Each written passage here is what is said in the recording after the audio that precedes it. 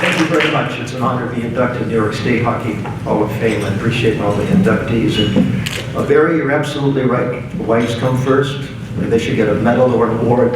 The reason I bring that up in the program, they got my wife's name is listed as Linda instead of Gail, so if I want to see my 47th anniversary.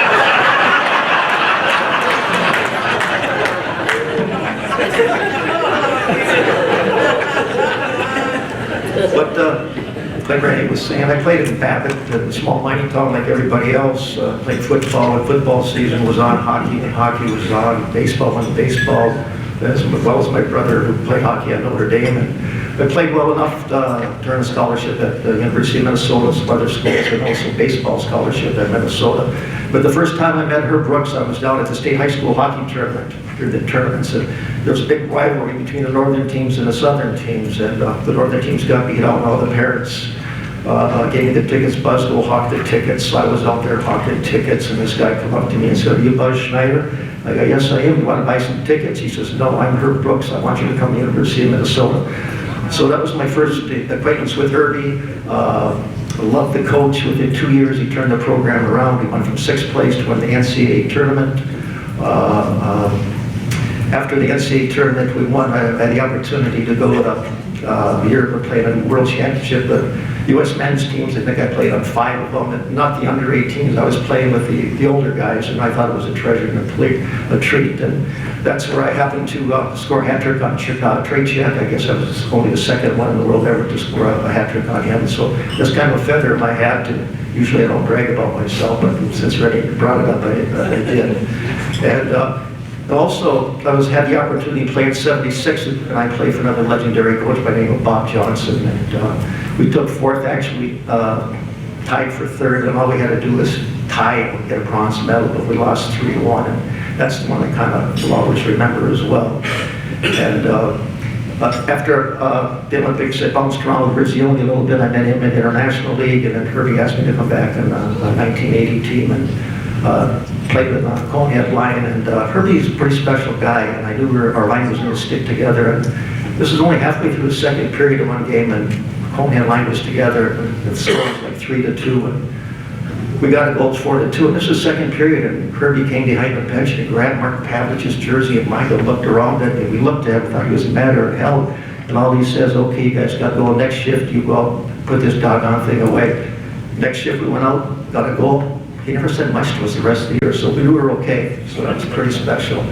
And my 1980 team, loved them to death. A lot of wonderful players, a lot of players in the National Hockey League that went on to have successful careers in the Hockey Hall of Fame. And it's amazing. You guys know the story. There's no sense repeating it, but we got a beautiful team. We're still tight to this day, and it's for funny. It's really opened up so many opportunities for so many players inside the hockey and outside of hockey. And, I finished up my career in Bern, Switzerland. My son was born over there, and I had the opportunity to even go to Turkey.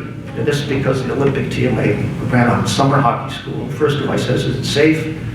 And he said, "Safe, you got ice?" "You got ice?" "Okay." So I went, and then they asked me to come back to be their general manager of the men's team and be their general coordinator for all of the hockey. And hockey was okay, but they'll never play like us, that's for sure. But I remember one of the high opportunities I had. I was in Erzurum, up on the northeast border of Turkey, 100 miles from the Iraq and Syrian border. A beautiful rink up there. They didn't speak too much English, and I struggled with my Turkey. But every morning for 2 weeks, sat with these two guys. They were Zamboni drivers, drinking chai tea, and eating bread and laughing and talking for half. We didn't know what the hell we were talking about. I mean, it was great. And like I said, the opportunities keep coming along. Jeff Potter, who's with us tonight at my table, he brought me up to Lake Placid. He was executive director of corporate events at Orda, and he brought me up there so much they called me the mayor of Lake Placid. Sometimes I wondered if I was a midnight mayor. But it was great, and the guys are doing great. We're all still tight to this day, and a wonderful team, the best experience I've ever had in my life. And talking to some of the guys on the team who won Stanley Cups, and they thought that team was pretty special. It's special to me, and you know, it's hard to believe it's gotten legs this many years. And most of the guys on the team are very humble, and Very quiet, except for a couple. But it's been wonderful. It's a great ride. I'm not sure when it's going to end, but I guess every opportunity you take it. Sometimes they work, sometimes they don't. But love being around hockey people. I think they're the best people in the world. So, in closing, thank you very much. Tell us about the goal against Tretiak, against Russia. I want to know about that goal. Typical Mark Pavlich, help me out again. When you played with Pav, you never knew you were going to get the puck. You always had to be ready. And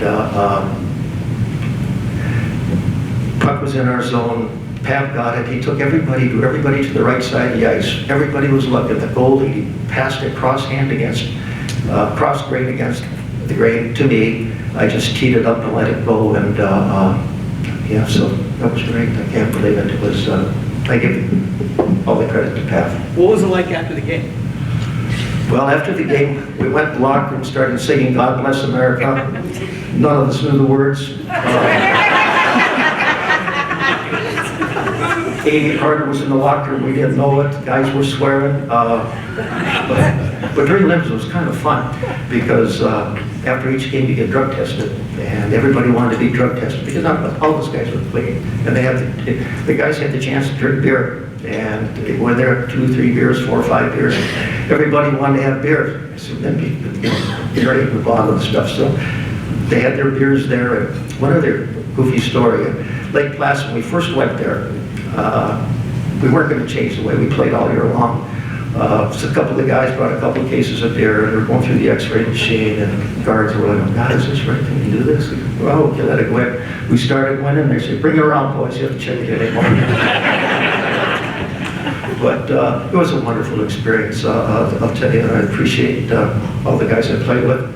And like I said, I just love the hockey people. They're great. What did Herbie say after the game? Herbie didn't say too much. He went in the hallway and cried. And he was a great coach, and he started his progression in college, about interchanging positions, and playing with the Europeans, and on defense, puck control.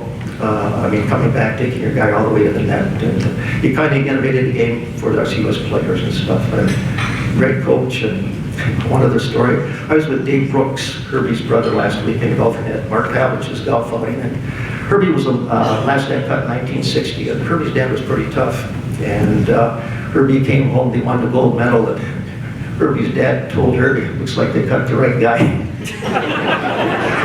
Well, Herbie was tough, and but he was fair and honest to us. He put that wall down, treated everybody the same. Nobody was going to get close, and it was a magical year. Craig Patrick was the buffer on our team. Anybody had any complaints, we'd go to him. But he was like us. He was almost a player, and it worked out well. Doc Nagabats just passed away 101. He was our doctor for many years. Great influence. Left Gary Smith, the trainer. It took all of us to win it, and it was nothing better than wearing a U.S. jersey and staying in New York and winning a gold medal. And New York is always a special place to me, and up in Lake Placid, the Dancing Bears, it's like a second home to me. So, thank you very much.